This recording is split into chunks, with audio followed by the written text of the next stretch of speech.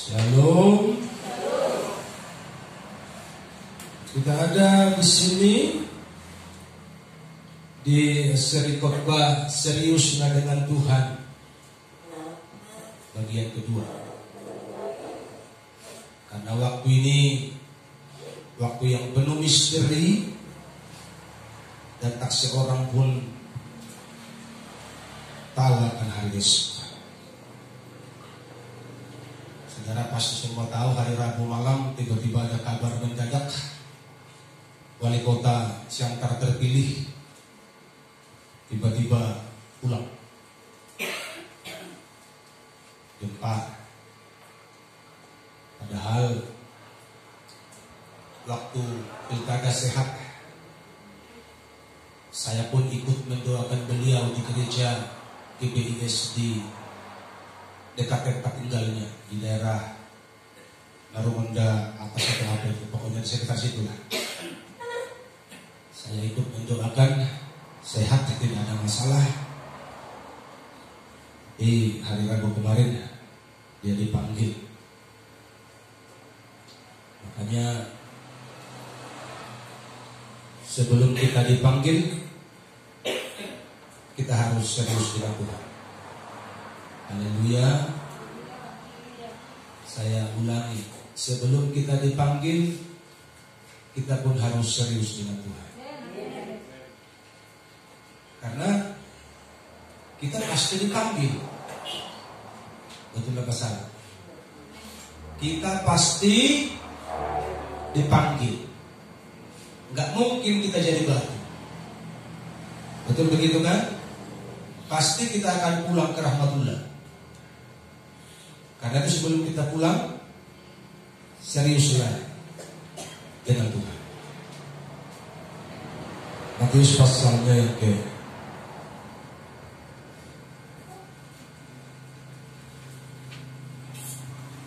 7, mulai ayatnya ke-15.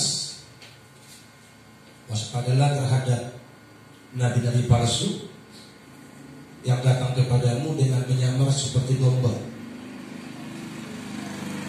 tetapi sesungguhnya mereka adalah serigala yang buas. Dari buahnya lah kamu akan mengenal mereka. Dapatkah orang memetik buah anggur dari semak duri, atau buah ara dari pohon dari rumput duri? Demikianlah setiap pohon yang baik menghasilkan buah yang baik, sedang pohon yang tidak baik menghasilkan buah yang tidak baik. Tidak mungkin pohon yang baik itu menghasilkan buah yang tidak baik, ataupun pohon yang tidak baik itu menghasilkan buah yang baik. Dan setiap pohon yang tidak menghasilkan buah yang baik pasti ditebang dan dibuang ke dalam api. Jadi dari buahnya lah kamu akan mengenal mereka. Bukan setiap orang yang berseru kepadaku Tuhan, Tuhan akan masuk ke dalam kerajaan surga, melainkan dia yang melakukan kehendak Bapakku yang di surga. Pada hari terakhir banyak orang akan berseru kepadaku, Tuhan, Tuhan, bukankah kami bernubuat demi namamu dan mengusir setan demi namamu dan mengadakan banyak mujizat demi namamu juga? Pada waktu itulah aku akan berterus terang kepada mereka dan berkata, aku tidak pernah mengenal kamu. Enyala daripada aku kamu sekalian pembuat kejahatan. Sampai di situ firman Tuhan buat kita. Seperti apa ciri-ciri orang yang serius bertuhan itu? Alkitab sebenarnya sangat gamblang menjelaskan. Anak TK atau anak sekolah minggu pun gak perlu susah untuk menafsirkannya. Karena Alkitab dengan mudah berkata begini, pohon yang baik itu gak mungkin berbuah yang tidak baik. Begitu kan? Jadi anak sekolah minggu aja mudah sekali mengerti seperti apa ciri-ciri orang yang serius dengan Tuhan itu. Yang pertama, engkau harus berbuah. Dan buahmu itu pun akan menentukan siapa engkau. Kalau buahmu busuk berarti engkau bukan anak Tuhan, engkau anak setan. Yang setuju katakan amin. Dari buahnya lah kamu mengenal mereka. Dapatkah orang memetik buah anggur dari semak duri atau buah ara dari rumput duri? Jadi klasifikasi buahnya jelas. Kalau pohon anggur berarti dia berbuah anggur. Karena Alkitab bilang tidak mungkin kita metik buah anggur dari rumput duri, kan begitu. Kalau rumput duri berarti buahnya juga buah rumput duri. Kalau pohon anggur buahnya juga buah anggur. Kalau engkau mengaku anak Tuhan, maka buahmu juga harus buah anak Tuhan. Kurang kencang. Haleluya. Kalau engkau anak Tuhan, maka buahnya pun buah anak Tuhan. Seperti apa buah anak Tuhan itu? Yang pasti hidupnya setiap hari dipimpin oleh Roh Kudus. Kalau anak setan setiap hari dipimpin oleh kedagingan. Tapi anak Tuhan setiap hari dipimpin oleh Roh Kudus.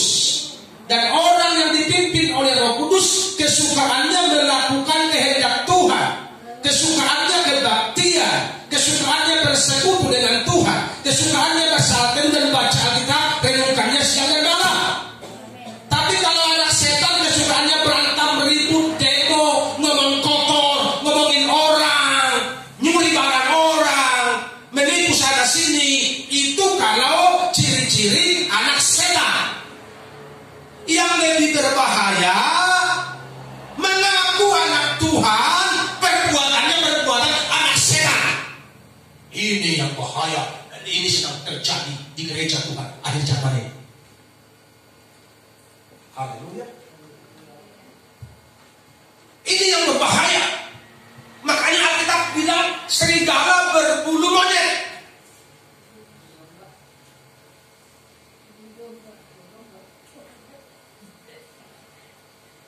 Karena kalau serigala berbulu domba sudah biasa.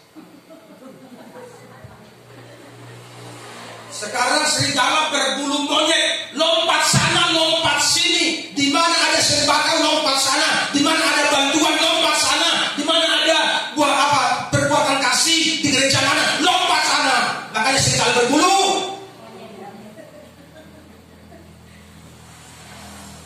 Haleluya. Di mana ada bantuan COVID, lompat sana. Ada bantuan COVID, ngaku orang miskin.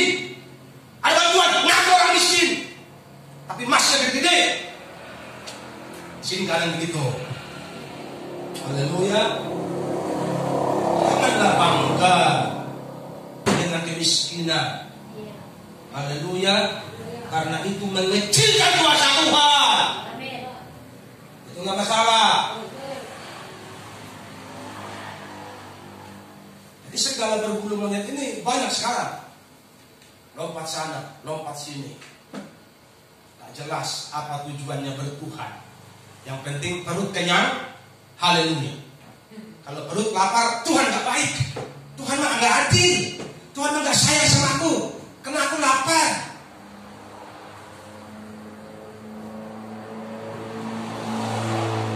Anak Tuhan, buahnya pun anak Tuhan. Hidupnya dalam kebenaran. Itulah kalau anak Tuhan. Tapi kalau anak Tuhan buahnya kecemaran, buahnya dosa, sesungguhnya engkau sedang mempermalukan nama Tuhan. Engkau sedang menista nama Tuhan. Dan sejujurnya dengan perbuatanmu engkau sedang menyangkal Tuhan. Haleluya. Karena kalau anak Tuhan dia pasti menjaga nama baik Bapaknya. Saudara setuju? Anak Tuhan itu dia pasti menjaga nama baik Bapaknya. Ah, malu nama Tuhan kalau aku berdosa.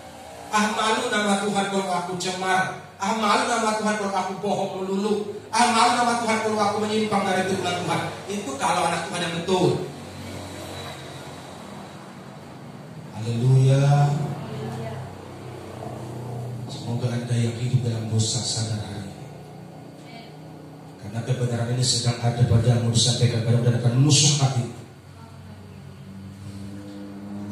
Demikianlah setiap pohon yang baik menghasilkan buah yang baik, sedangkan pohon yang tidak baik menghasilkan buah yang tidak baik. Jadi pohon yang baik itu buahnya baik. Pohon yang tidak baik itu buahnya tidak baik. Tapi ada satu pohon yang buahnya baik semua. Padahal pohonnya palsu, namanya pohon Natal. Pohonnya nanti sudah diangkat sama anak-anak. Harusnya belum diangkat dia jadi contoh. Pohon Natal ini buahnya baik-baik, rame. Ada lampu-lampu hiasnya, rame kali pohon Natal. Gak taunya pohon mati. Ini pun contoh juga buat gereja. Padahal mati dia tapi pakai jubah. Gitu kan? Mati rohaninya. Di sini, saudara-saudara, ini firman Tuhan, pada mati rohaninya. Kenapa? Kelakuannya gak benar. Hidupnya duniawi. Malam minggu udah tua, minggu pagi makin turki. Seorang menghadang Tuhan, pura-pura alim mukanya. Seorang menghadang Tuhan. Memang wajahmu mempengaruhi urapanmu, hatimu yang mempengaruhi urapanmu. Haleluya. Jadi pohon yang asli itu buahnya asli. Kalau pohonnya bagus, baik, buahnya baik. Kalau engkau anak Tuhan, buahmu pasti kebenaran setiap hari. Di luar itu gak benar. Mau pakai jabatan itu gak benar. Haleluya. Yang kedua, ciri-ciri dari orang yang serius dengan Tuhan itu melakukan kehendaknya. Bukan setiap orang yang berseru kepadaku, kata Tuhan Yesus. Tuhan akan masuk ke dalam kerajaan surga, melainkan dia yang melakukan kehendak Bapakku yang di surga. Jadi yang serius itu yang melakukan. Yang repotnya ada yang merasa melakukan. Ini orang Kristen ini kan pintar kali bersandiwara.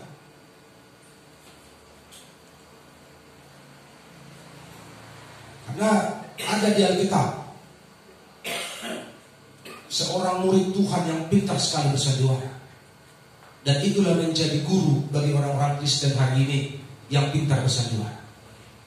Dituang minyak mur yang mahal, dia bilang begini, saya kali minyak itu, harganya ini, harganya minyak ini, coba dibagi, dikasih buat orang-orang miskin.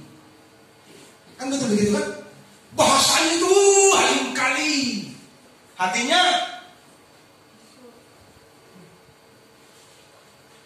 kayak gitu. Banyak orang percaya yakin zaman ini pintar ngomong tentang Tuhan, santun ngomongnya kayak orang politik, tapi di balik itu ada kebusukan. Kenapa? Karena mengandung niat jahat. Makanya orang begitu tidak masuk surga. Haleluya. Siapakah mereka yang sungguh-sungguh yang serius? Adalah orang yang melakukan kehendakku, kata Tuhan.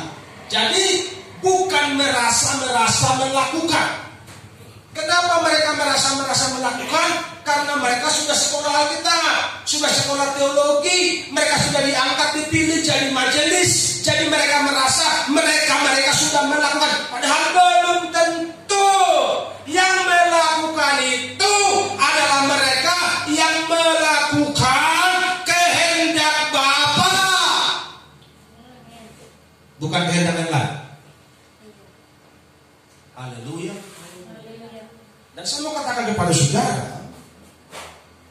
kalau kehendak Bapa itu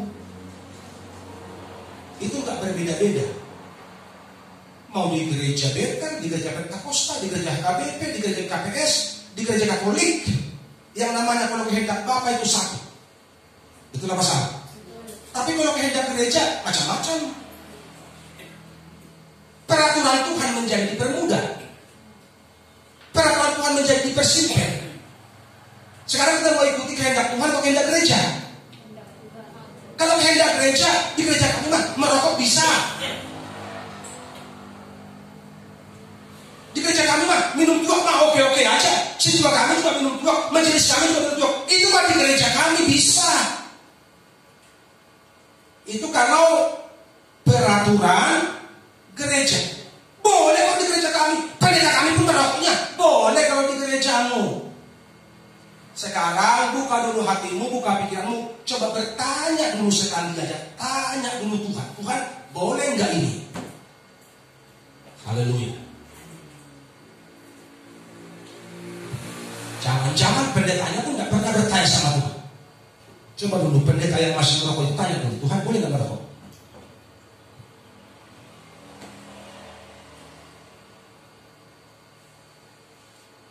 Haleluya.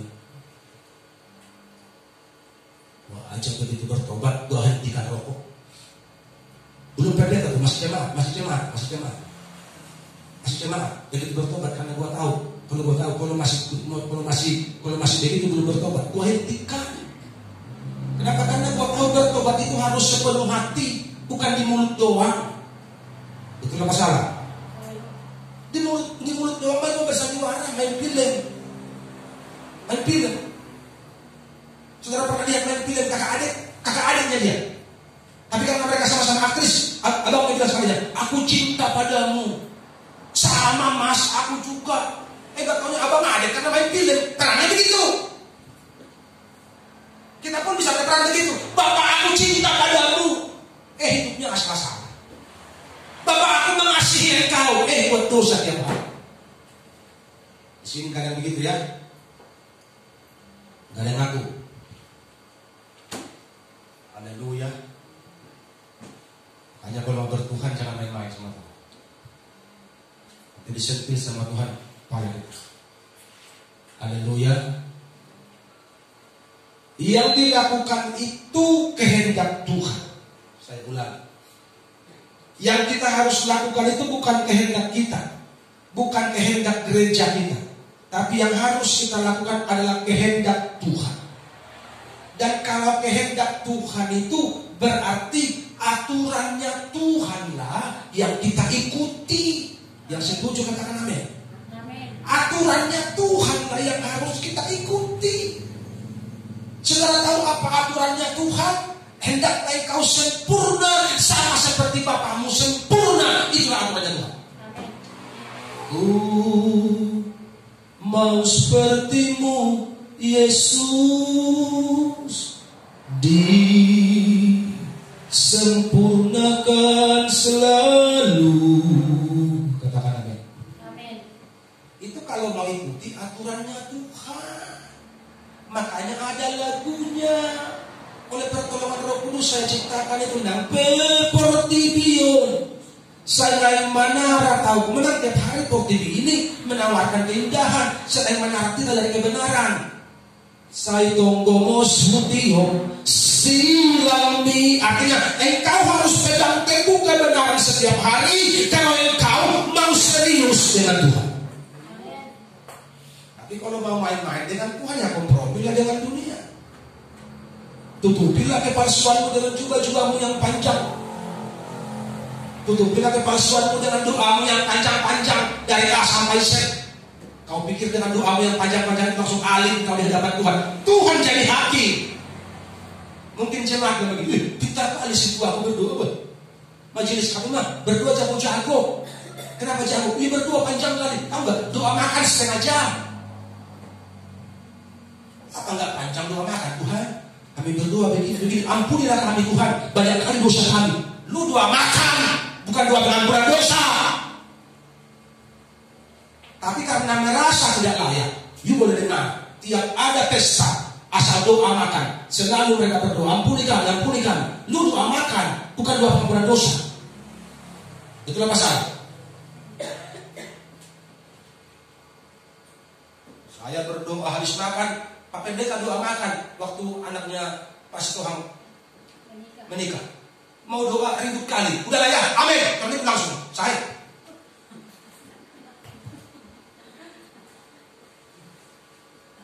Mau doa lu bising, ya udah amin deh, amin. Saya. Pusing amat. Tapi ada orang yang berdoa begini, Tuhan, panjang kali udah bising orang. Berdoa sandiwara lu. Masa doa kita begini, orang lain berbising. Jambar di sialu. Dia berdoa ini. Gua mah kagak. Gua bukan jualan. Gua hamba Tuhan. Haleluya. Apalagi kalau bicara soal doa. Lu udah hormat sama Tuhan, stop aja jangan berdoa. Selesai urusan. Jangan kan urusan saya. Mudah pendeta, dapat amplop kan begitu. Haleluya. Simple lah hidup. Jangan bikin ribet dengan doamu yang panjang-panjang. Bukan doamu yang panjang itu yang menentukan kau rohani apa tidak, tapi perilakumu setiap hari. Amani yang dengar. Bukan karena doamu yang panjang-panjang engkau dikenal Tuhan, tapi karena perilakumu setiap hari takut Tuhan, engkau akan dikenal Tuhan. Haleluya. Ini kita mau kelabui Tuhan. Emang Tuhan bego? Lu belum ngomong aja Tuhan udah tahu. Gua tahu nih. Doamu doa hafalan kan? Begitu sama kalian nih. Aliyah mana amin lagi berdoa bincang. Gua bilang, gua tahu lu doamu kan doa yang kemarin. Udah gua hafal itu seminggu. Haleluya. Makanya kalau berdoa jangan dapat hafal. Berdoalah keluar dari hatimu yang paling dalam. Haleluya. Apa gue yang disorge gitu kan? No problem, karena Tuhan tahu tujuanmu, Tuhan tahu hatimu. Haleluya. Ini berpuisi kau, bersajak kau lagi berdoa. Memang Tuhan sastrawan. Tuhan bukan sastrawan, Tuhan itu asli pribadi yang mengenal hati manusia. Amin. Gak usah pakai puisi. Di Banua bincang mehong Tuhan. Kami di Banua Toma. Semua di Banua Toma.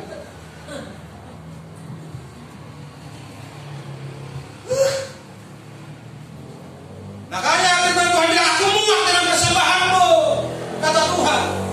Aku muak dengan ibadahmu. Aku muak dengan kebaktian. Kenapa? Karena semua sudah disetting menurut aturan manusia. Hanya ibadah kita nggak boleh disetting. Haleluya. Mari raja. 2 minggu ini kita kebaktian. Saya sudah persiapkan lagu-lagu sukacita. Tapi selalu tidak mau keluar lagu sukacita. Sekarang biarkan, menyembah aja terus. Menyembah, dia udah ngalir aja, menyembah terus. Aja menyembah ya firman Tuhan seperti itu. Siapa penyelam? Yang ngatur kita Tuhan, bukan peraturan. Amin, cuma satu. Yang ngatur ibadah kita itu Tuhan, bukan peraturan. Bukan liturgi. Haleluya. Karena tujuan kita beribadah untuk menyenangkan Tuhan, bukan untuk menyenangkan organisasi. Haleluya. Saya ulangi, tujuan kita kebaktian mau menyenangkan Tuhan, bukan menyenangkan organisasi, bukan menyenangkan pendeta. Jangan salah. Bagaimana menyenangkan Tuhan? Ya cari, upayakan, hidupi kehendak Tuhan setiap hari. Haleluya. Yang harus dipelajari dan diusahakan secara serius adalah mengerti kemauan, kehendak Tuhan. Itu yang harus diupayakan oleh gereja Tuhan. Haleluya. Secara benar. Artinya secara alkitabiah. Bukan kemauan Tuhan menurut gerejamu, bukan kemauan Tuhan menurut gerejaku, tapi kemauan Tuhan menurut firman Tuhan. Kalau sudah menurut firman Tuhan, ini satu lah. Mau gereja apapun yang kau, pasti kehendak Tuhan itu satu. Gak macam-macam. Ya kan? Beda jadi gereja kami. Itu karena gerejamu buat aturan sendiri. Beda jadi gereja kami. Karena gerejamu buat aturan sendiri. Kalau aturannya Tuhan pasti satu. Apa itu? Kasihilah aku dengan segenap hatimu, segenap kekuatanmu, segenap akal budimu. Itu aturannya Tuhan. Dan kalau kita mengasihi Tuhan dengan segenap hati, kita gak berani bikin dosa. Saya ulang. Kalau kita mengasihi Tuhan dengan segenap hati, kita gak berani melanggar kebenaran. Gak berani melanggar firman. Gak berani macam-macam di luar. Gak berani tipu sana tipu sini. Gak berani bikin dosa, dusta. Kenapa? Karena aku mengasihi Tuhan dengan segenap hati. Haleluya. Gak ada lagi pintu buat iblis. Gak ada lagi celah buat iblis, buat daging. Kenapa? Karena udah full heart for Jesus. Oh, mantap kali. Haleluya. Tapi kalau setengahnya buat Tuhan, setengah lagi, ya buat simbolis lah, buat dunia lah, buat hawa nafsu lah. Namanya yang dikasih buat Tuhan cuma setengah. Betul nggak? Haleluya. Makanya lagunya kan, ihutanokuho sian hibul ni rohati. Sudah tahu hibul? Pula. Artinya full. Rohamu ini, hatimu ini, kau beri buat Tuhan. Haleluya. Kalau sudah begitu, tikos mahita bertuhan. Benarlah kita bertuhan, gak ecek-ecek lagi, gak imitasi lagi, gak deka-deka lagi kita bertuhan. Tapi kita murni pure bertuhan yang asli, namanya Tuhan Yesus Kristus.